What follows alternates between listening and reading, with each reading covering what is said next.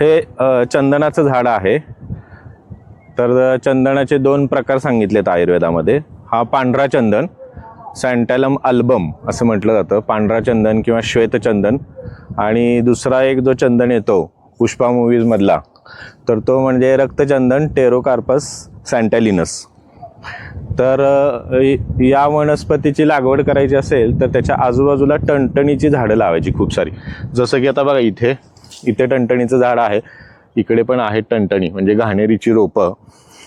आणि या झाडांना जी काय फळं येतात टणटणीला, ती बुलबुल नावाच्या पक्ष्याला खूप आवडतात. ही जी काय जांभळ्या काळ्या रंगाची फुले येतात ती बुलबुल पक्ष्याला खूप आवडतात. आणि चंदनाला जी येणारी फळं आहेत, आता थोडीशी छोटी छोटी फळं लागायला लागली तिथे चंदनाला, तर ती बुलबुल पक्ष्याला आवडतात. त्यामुळे बुलबुल पक्षी जो आहे तो ही फळं खातो, मग ही फळं खातो, आणि त्याच्यामुळे सीड डिस्पर्शन होऊन या चंदनाचं प्रोपॅगेशन खूप चांगलं होतं. म्हणजे चंदन लागवडीसाठी आजूबाजूला टणटणीची रोपं लावली की ही झाडं जोमानी येतात. तर याची अँटीसेप्टिक प्रॉपर्टी आहे ही सगळ्यांना माहिती आहे. त्याच्या जोडीला चंदन हा विषग्न आहे, म्हणजे कोणत्याही कारणाने पोटात विष गेलेलं असेल जाणते अजाणतेपणी, तर हे चंदन घेतलं उगाळून पाव चमचा की ते विष नलिफाय होतं.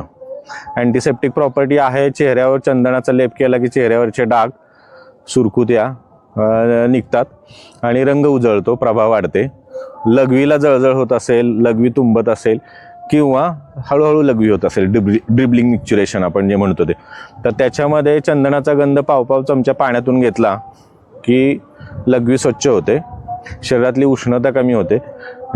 ज्या लोकांना जप करायचे असतात वेगवेगळ्या प्रकारचे, ओम नमः शिवाय असू द्या किंवा श्रीराम जयराम जय जयरामचा जप असू द्या, तर त्या जपाने शरीरामध्ये खूप जास्ती प्रमाणात उष्णता वाढते. तर ती उष्णता कमी करण्याचं पण काम चंदनाने होतं. की पाव चमचा चंदनाचा गंध सकाळ संध्याकाळ दुधातून घेतला की शरीरातली उष्णता कमी होऊन डोळ्यांची, तळपायांची आग कमी होते.